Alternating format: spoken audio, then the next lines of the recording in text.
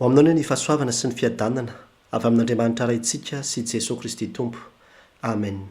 Ny tenin'andriamanitra izay angalantsika ny afatra amin'ny teny ity avana dia arak'izay hitantsika ao amin'ny Matio 7:20 andininy faraky amby roapolo ka hatramin'ny fahadimy amby telopolo. Matio 7:20 andininy faraky amby roapolo ka hatramin'ny fahadimy amby telopolo, izay mivaky toy izao amin'ny anaran'ny tompo. Dia nanantona Petera ka nanao taminy hoe, tompoko, impiry moa no anontany rahalahiko amiko ka avelako izy hatramin'ny impito fa hoy Jesosy taminy, tsy lazaiko aminao hoe hatramin'ny impito fa hatramin'ny impito amby fitopolo. Ko amin'izany ny fanjakan'ny lanitra dia tahaka ny mpanjaka anankiray izay te hidinika amin'ny mpanompony ny amin'ny volany, ary raha vao nidinika izy dia nisy anankiray nentina teo aminy izay nitrosa talenta iray alina. Ary satria tsy nanan-kaloha izy dia nasain'ny tompony hamidy izy sy ny vadiny aman-janany mba ny fananany rehetra handoavana nitrosa. Dia nikohaka teo anatrehan'ilay mpanompo, teo anatre amin'ilay mpanompo ka nanao hoe, tompoko, omeo andro aho fa alohako ny anao rehetra. Ary ny tompon'izany mpanompo izany dia onena azy ka nandefa azy sady navoiny nitrosany taminy. Nefa noho nivoaka izany mpanompo izany dia nahita mpanompo namany anankiray izay nitrosa denary 100 taminy. Dia nosamboriny izy ka notraony sady nataony hoe, aloavy izay trosako aminao. Fa niankohaka ilay mpanompo namany ka nifona taminy nanao hoe, omeo andro aho fa alohako ny anao. Nefa tsy nety izy fa lasa nampanao azy tao an-tranomaizina izy na mandra-pandohana nitrosa. Ary no nihitan'ireo mpanompo namany izay efa nataony dia nalahelo indrindra izy ka nandeha nanambara tsara tamin'ny tompony izany rehetra nataony izany. Dia nampanalain'ny tompony raha lehilahy ka niteneny hoe, ry mpanompo ratsy fanahy, efa nafoky ilay trosa rehetra taminao satria nifona tamiko ianao. Moa tsy tokony mba namindra fo tamin'ny mpanompo namanao koa va ianao tahaka ny namindrako fo taminao. Dia tezitra ny tompony ka nanolotra azy ho amin'ny mpampijaly mandra-pandohany ny trosa rehetra. Ary tahaka izany koa no ataon'ny raiko izay any an-danitra aminareo ratsy samy mamela ny rahalahinareo amin'ny fona roa avy ianareo. Amen. Arak'izany ravana dia ny fampianaran'i Jesosy ny mpianany amin'ny famelan-keloka. Izany no azontsika mitinana izy ho ampahantsoratra masina izay noraisintsika izao. Ary misy reto fahamarinana roa reto ravana ny tiako indray hisariana ny saintsika avy amin'izany. Ka ny fahamarinana voalohany izay hitantsika eto dia hoe, hatramin'ny impito amby fitopolo no tokony hamelana heloka ny rahalahy, hoy Jesosy tamin'ny Petera. Hatramin'ny impito amby fitopolo no tokony hamelana heloka ny rahalahy, hoy Jesosy tamin'ny Petera. Hitantsika izany amin'ny andininy faraky amby roapolo sy ny faharoa amby roapolo. Raha verina vakina toy izy manao hoe, dia nanantony Petera ka nanao taminy hoe, tompoko, impiry moa no anontany rahalahiko amiko ka avelako izy hatramin'ny impito fa hoy Jesosy taminy, tsy lazaiko aminao hoe hatramin'ny impito fa hatramin'ny impito amby fitopolo. Eto ravana dia mahita isika fa manontany Petera. Inona mahatonga ny Petera manontany? Antony roa. Satria eo ambony ao Jesosy dia efa miresaka mahakasika an'izany atao hoe famelan-keloko izany. Raha manota aminao ny rahalahinao izy dia makanesany aminy dia ampafantaro aminy ny fahadisoany. Izany hitantsika eo amin'ny andininy 5:10.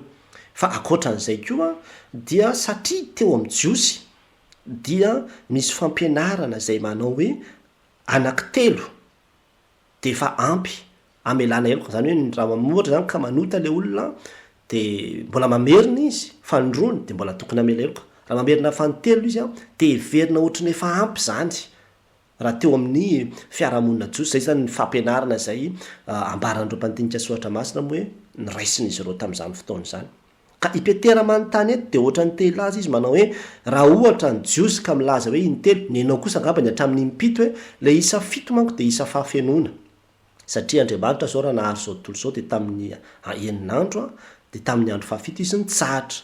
Vita zany, feno tsara mihitsy zany ilay izy amin'izay fotoana izay. Ka i Petera zany milaza, te-hilaza izy manao hoe, angamba kosa zany mety impito any satria hany zany vao tena feno tsara Zay zany vao tena hoe ampy tsara mihitsy angamba zany. Te hiteny zany en Jesosy mety ambonimbony noho ny en Jiosy. Fa Jesosy hoe tsy impito fotsiny araky ny everanao azy fa impitopolo impito zay nydikale hoe impito amby fitopolo raha jerevana manko ny baibolintsika de ry ambany ary misy zany tsoratra kely zany hoe fitopolo impito zany fitopolo impito zany ane ravana de 700 isany zany ny tiany Jesosy ambara ao anatin'izao de tena hoe tsy misy fetra raha tena hitady ny fahafenona zany Petera de tena hoe tsy impito fa impitopolo ary tsy impitopolo fa impitopolo impito ampitombona fito zany hoe tena tsisy fetra any amin'ny filazan'ny tsara sasany moa de ambara mihitsy ao anatin'ny ray andro ao anatin'ny ray andro impiry izy ny manota amiko no tokony avelako ny elony toy Jesosy hoe impitopolo impito tena milaza hoe tsisy fetra mihitsy zany tsisy fetra zany ny famelan-keloka araky ny nambaran'i Jesosy azy amin'ny Petera eto tena tsy maintsy gaga zao Petera ao anatin'izany ny neverin'i Petera tena hoe maximum zany impito zany nefa ny an'i Jesosy impitopolo ampitombona fito inona ravana ny lesona zay tiany ny tompo ampianarina antsika ao anatin'izany tena tsy misy fetra ny famelan-keloka raha izany taremarika ambaran'i Jesosy zany tena tsy misy fetra fa tena tokony amela eloka foana ka raha mampianatra an'izany ny tompo fahasoavana lehibe ho antsika ny ry havana ny mahalala an'izany fahamarinana zany tena fahasoavana lehibe ho antsika zany no antoka ananantsika fa rehefa mibebaka eo anatrehan'Andriamanitra isika de mandray famelan-keloka impiry moa zany zay ny fahotana vitanao izay heverinao hoe kalisy tena miverimberina loatra angamba n'Andriamanitra efa tsy te heno atsony angamba n'Andriamanitra efa reraka mihitsy maheno anao hoe ty zavatra ty foana ny bebako sy fonako eto anatrehany ianao no mieritreritra an'izany izay le fomba fisainan'ny Petera zay hoe mety misy limity izy io angamba mefa ohatrao izy amin'Andriamanitra tsy misy an'izany limity zany impitopolo impito zany hoe rehefa mibebaka sika de tadidy io zany mandray famelan-keloka mandrakariva ao anatrehan'Andriamanitra isika ry havana ary zany ny tena fahasoavana ao antsika androm-pahasoavana anie izao izao le fotoana kasitrahana zay anomezan'Andriamanitra famelan-keloka maimaim-poana ho an'ny olona rehefa mibebaka izy anie nampianatra an'izany izy nampianatra ve de tsy hampiatra an'izany afaka tena mijoka an'izany isan'andro sika ny famindrampon'Andriamanitra ny tsy mahalany ritratsika ozy ny mpanao sala ozy ny boky ny fitomaniny vaovao isamarainy zany famindrampon'Andriamanitra zany avaoziny isamarainy zany hoe ny zavatra nataonao omaly ane de efa vonina mihitsy Andriamanitra ny anomeanao ny famindrampo tsy ahatsiaro an'izany intsony ny devolo mampimerimberina ao anatin'ny lohantsika foana ny fahadalantsika de mahatonga antsika eritreritra hoe tsy possible intsony voavelany eloko fa mitian'io ty te hiteny aminao mihitsy na firy fahotana vitanao raha mibebaka ianao amin'tian'io ty mamela ny eloko ao Andriamanitra mamela eloko isan'andro ianao Jesosy oko be fity zany ny anirantsika fa tsy isan'andro fotsiny fa isa minitra mihitsy vonina mamela eloko antsika Andriamanitra fa aza misalasala mibebaka manantona azy fa nefa tsy hoe ao amin'Andriamanitra ihany le izy fa amintsika ihany koa satria eto mihitsy de ambara hoe rahalahako ao an-tokantrano tena mamela eloka ve tsika raharay manko tsika rehefa ataon'ny olo indray mandeha de miverina fanondrona izy de manomboka efa tezitra tsika miverina fanontelo moa de efa ohatrany ny jiosy mihitsy ohatrany efa mieritreritra tsika efa tena ampy zay fa mbola namerina ihany izy indraindray Andriamanitra tena mizaha toetra tsika mihitsy ao anatrehan'ireny olona manao zavatra miverimberina reny ahitan'Andriamanitra hoe ie ohatra zao mihitsy koa ny ataonao amiko ka fa za mamelanao foana de zay tena tian'Andriamanitra mela eloko sika ravana mamela vetsika any amin'ny fianakaviana any indraindray any amin'ny fianakaviana any misy teny tsy voahevitra eto moa ravana de ambarany fotsy izy manao hoe nanota tamiko ny rahalahako de tokony avelako ny elony zany hoe tsy misy resaka eto hoe mibebaka le rahalahany na tsy mibebaka le rahalahany fa tokony hoe avela fotsiny zany ny elony aloha satria nahoana indraindray manko mieritreritra an'izany tsika hoe ka izy ara tsy mibebaka ako za ve de amela ny elony fa adosoana lehibe mihitsy zany amin'ny resaka famelan-keloka tadio tsara fa ny famelan-keloka dia offense zany hoe ratra izy io ka raha ohatra ka nisy olona na andratra anao nanao ravatra tsy nety taminao de raizo tahakany hoe na metaka pince anankiray taminao izy hitanao reny pince linge le antona amin'ny lamba reny anatona lalamba reny azafady every tahaka nametaka pinsa taminao izy ny famelan-keloka dia tsinona fa ny fanesoranao an'io pinsa io zany hoe raha tsy mamela heloka ianao zany dia marary eo foana ianao marary eo foana ianao isy pinsa eo foana ianao ianao ihany any miperta ao anatin'le izy ary zay mahatonga atsika hoe tsy hiandritsika an'le olona ifona nomen'andriamanitra fahafahana mamela heloka ianao asoronao iny zavatra nandratra anao io zany tsy mihazona ny tia ary zany natonga ny Jesosy hampianatra aza toatratra masandro milentika ao sy ny fahatezerana satria hanimba io raha ohatra ka tehirizina ao anaty ao any ampiasana any indraindray misy zavatra nahapahatezitra atsika dia iny fa ilongilongina tsy hifampitenenana amin'le olona mihitsy mitaona antsika androany ny tompo ry havana hifamela ary amela heloka na efa impiry nataony taminao ny zavatra anankiray ao anatin'ny ray andro raha iny nanotanindry Petera ao anatin'ny ray andro ka maika moa zany fa hoe efa impiry moa zany zay le olona nanao zavatra tsy nety taminao ahoana ny tsy amelantsika ny helony ahoana ny tsy amelantsika ny helony ao am-piangonanao indraindray mampalahelo mihitsy samy mpanompon'Andriamanitra dia misy an'izany hoe izahay pastera aza ampiarahana groupe fa zay tsy mifampiteny dia gaga ianao hoe mpanompon'Andriamanitra hiaraka anao fanompony reto mangataka reto hoe aza ampiarahana groupe iny fa tsy mifampiteny mamita tenany antsika ny avana ao anatin'izany mamita tenany antsika ao anatin'izany zavatra tsara ho fantatra aloha satria mety isa metraka fanontaniana zany zao manao hoe tokony hoany ave zany sa tsy tokony hoany hiresaka aminy raha azo atao Jesosy zao mampianatra an'izany eo amin'ny andinin'ny 10:20 hoe raha manota amin'irao ny rahalahinao izy dia mankanesany aminy ka rehefa mitokany nareo roalahy dia aseho azy ny fahadisoany zany hoe azo atao tsara mihitsiny ny hoe miteny amin'le olona anao hoe mamelanao afaka ambaranao hoe za tena natsiaro voaratra be tamin'le zavatra nytenenao maly iny fa mamelanao alefanao mesazy le izy rehefa tsy vitanao ny anantona azy zay avalony indray moa hafa indraindray koa nefa ny olana dia izao andefasanao an'izay izy vo maika izy mirafalina zavatra andratra ny fonao indray eo anatriandray ny olona zay hita hoe mbola tsy manam-pahamatorana na tsy vonina indray akory reny dia azonao atao fotsiny tsotro zao eo anatrian'ny tompo fotsiny mamela ny helony zany hoe tompo avelako ny helony ary misy olona koa ny tsy voatery ho atonony misy olona zao maty mihitsy le olona ko aiza moa no anatonanao anazy misy olona tsy mahafantatra kory izy hoe ny zavatra tsy netany eny nataony taminao na mety misy olona alavitra be anao sy tsy afaka hanantona azy ianao fa raha afaka miresaka moa vo maika tsara raha tsy afaka miresaka dia efa samy vita fotsiny mamela azy ianao dia ozy koa tsika matetika hoe raha mamela azy avery pastera dia voatery tsy maintsy havana aminy ave tsy maintsy andeha tsy maintsy hiverina hifandray be aminy ave nefa za tena tsy te hifandray amin'ny tsony mihitsy ny tanjon'ny famelan-keloka ravana dia fihavanana tady Dieu foana izay ny famelan-keloka amin'ny samy olombelona ary na amin'ny Andriamanitra koa arany Andriamanitra tsy hoe mamela heloka antsika nefa tsy te hifandray amintsika intsony fa ny tanjony atsao mba hamerina le fihavanana ny dikan'izay zany tsy tena tsy mety ihany le hoe amela heloka azy fa za tsy te hifandray amin'ny tsony mihitsy hita hoe mbola misy reserva ihany zany ka izy ane mandratra foana hiverina foana io zavatra io dia io izy ianao zany hoe tena eto mihitsy zany ny ampiarako le tenin'i Jesosy hoe impitopolo impito fa dia asian'ny tompo anisa amin'izay eto zany fa hiverina foana ny fandratranyity olona tiana tena manefa antsika sy ny toe-pontsika mihitsy Andriamanitra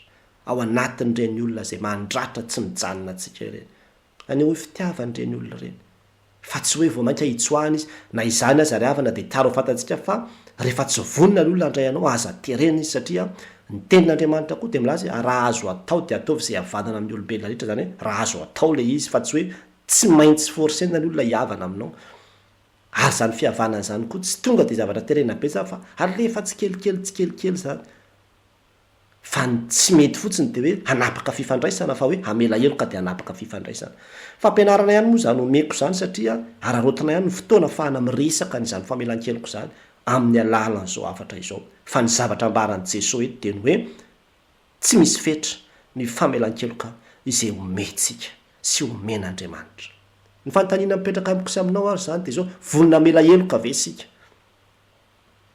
tena vonina ny amela heloka ve sika mitaonanao ary havana amin'ity an'io ity mba tena hanaiky tsotro zao fotsiny zany teny zany aza asiana adihevitra be aza asiana hoe ka zao ane ka zao kosa ane ka izao fa izao fotsiny mety teza eo anatrehan'ny tenin'Andriamanitra ho ahitsy dia le olona ao am-piangonana le olona ao an-tokantrano mety ray aman-dreny de tonga de manaiky fotsiny hoe ifamela amin'ny azy any satria iveriko Andriamanitra mamangy azy zao teny zao milaza amiko manao hoe mifamela eloka ianareo.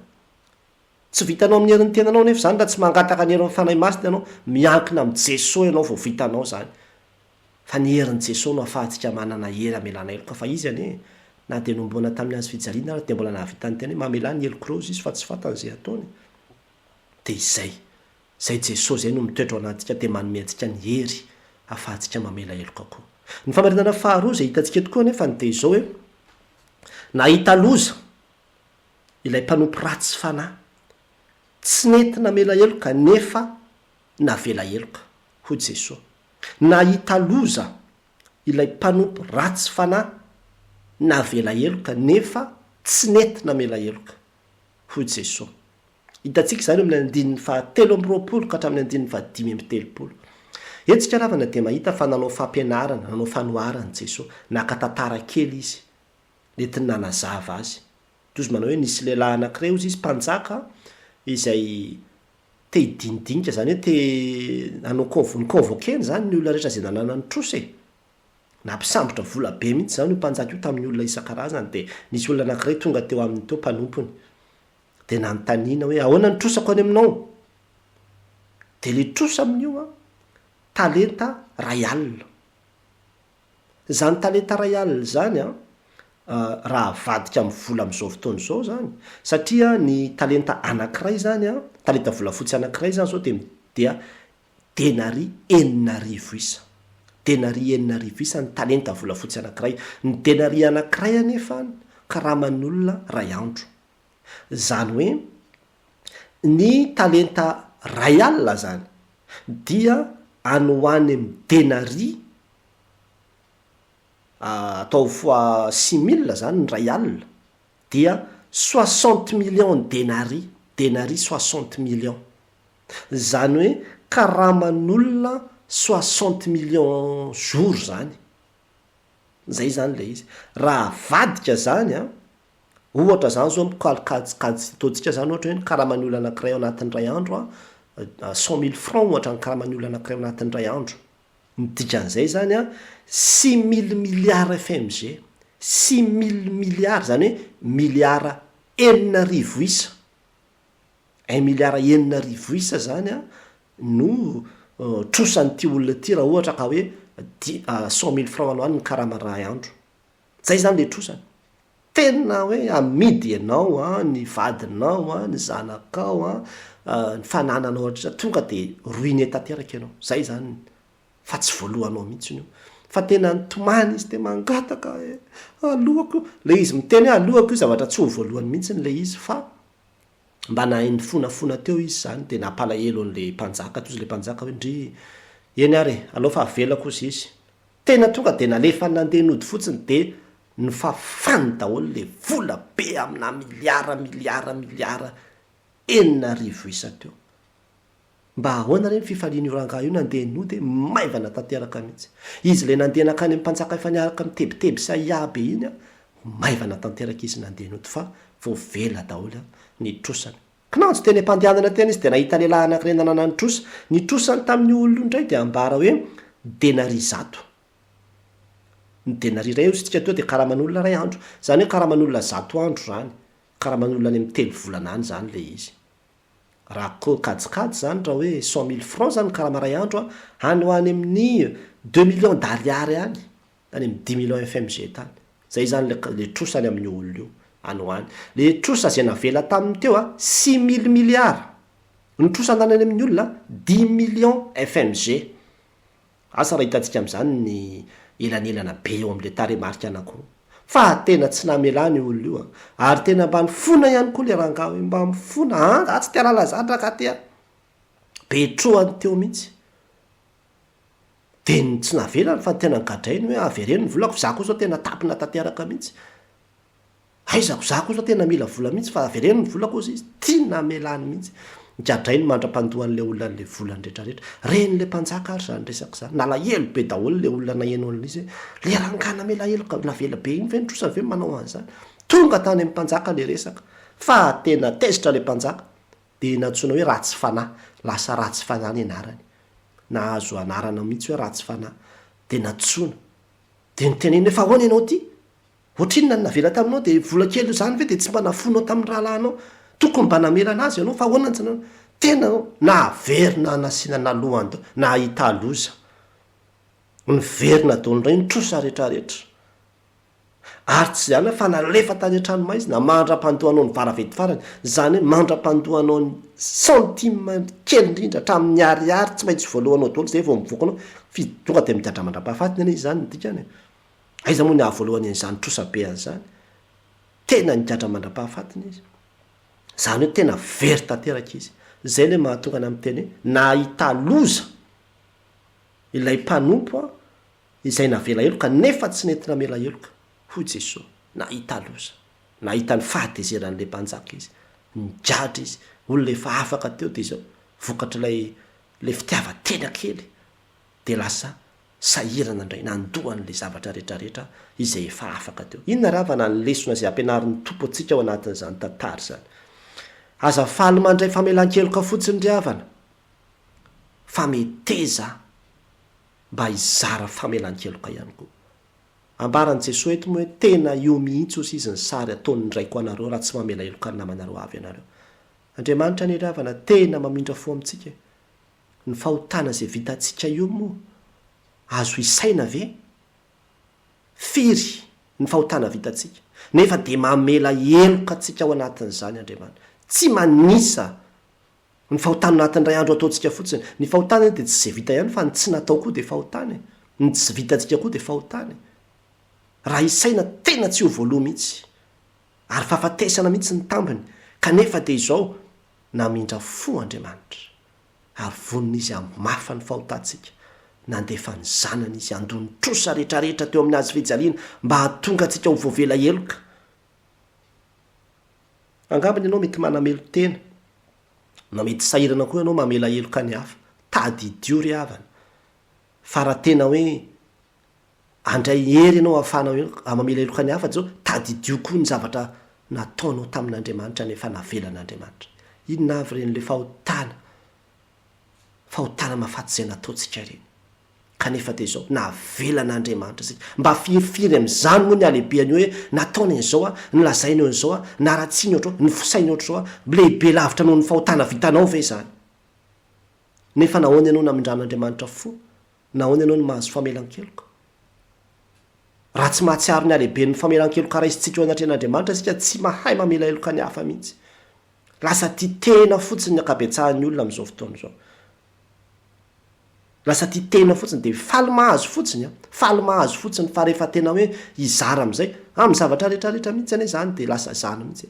Faly mandray fahasoavana fa rehefa hoe hizara fahasoavana dia kamo. Faly raisina karakaraina tao tahaka ny vahiny fa rehefa handray vahiny dia kamo. Faly omena sakafo fa rehefa hanome sakafo olona dia malaina. Faly omena famelan-keloka fa rehefa hanome famelan-keloka dia misatrisatra ohatra n'inona hoe aleo mihitsy aloha mila fotoana izany pastera, mbola tsy zao aloha izany pastera. Raha mba ataon'Andriamanitra an'izany koa moa tsika dia ahoana?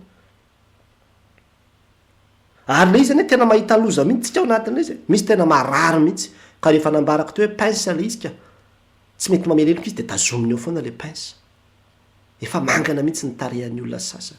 Efa misy gros cœur mihitsy ny olona sasany. Efa miakatra mihitsy ny tosidra ny olona sasany. Efa tena misy alahelo ratra anaty. Ranomaso foana ny ainana amin'io tsy famelan-keloka io. Angamba mety ny rafozanao le izy. Angamba mety ny vinantonao le izy. Angamba mety ny zanakao le izy. Dia eo dia mitazona an'io eo foana tsy vonina mela heloka mihitsy. Mandra-paharoviana. Ahita loza amin'io anie antsika.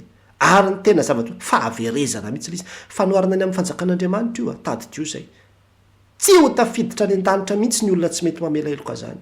Fa na nivavaka nampianarin'ny tompo raha dia nambarina mamela heloka hoe tahaka ny namelana izy nanao ratsy taminay. Zany hoe olona vonina mamela heloka no mandray mangazo famelan-keloka. Fa tena tsy navelan'Andriamanitra mihitsy ny heloko ty lehilahy ty rehefa hitany fa tsy nentina mamela heloka mihitsy izy. Tena misy anie ry havana olona mahalala olona tena efa dia eo am-bavahoana ny fahafatesana ilay tovovavy kely mba mamela aminy heloko ny mamanareo. Pastera nefa mitala ho aminy izy efofaty. Fa tena hatramin'ny farany izy tena niteny za tsy hamela mihitsy pastera ozy. Dia tsy namela mihitsy izy mandra-pahafatany. fahaverezana ny ravana ny ambadika zany tandremo so mamita tentsika kristianina mandeha mivavaka any nefa tsy mamela eloka fa na ianao mamela eloka de mivavaka na ianao tsy mameloka de aza mandeha mivavaka fa tena aloha mijanonao tokantrano mihitsy aloha fa tsy ho inon'andriamanitra mihitsy ny vavaka ny olona tsy mety mamela eloka zany tezitra andriamanitra tahaka ny nahatezitra azy tamin'ity mpanompo ity nambara hoe ratsy fanahy mahampandiny tenany izany ravany tsy manana safidy ianao fa tsy maintsy mamela eloka ianao sady fahasoavana ao anao zany manasitrana anao zany famitrapo anao zany satria ianao mandray famelan-keloka amin'andriamanitra foana koa aza misatrisatra fa mitian'io tia raiso ny fanapa-kevitra hoe tompo tsy vitako fa ianao ara mameanany hery tsy vitako vita le izy ka vita le izy rehefa mahatsiaro anao ny alehibe ny fahotanao de vitanao le izy ny fanontaniana mipetraka amikosa aminao ary zany de zao vonina ve sika mela eloka averiko azy zay fanontaniana zay mba fantatrao hoe fa tena misy fandraisany hatramin'ny mandrak'izay anao any io tsy famaizana mamela eloka io e mitaona anao ary avana amin'ity an'io ty tena amela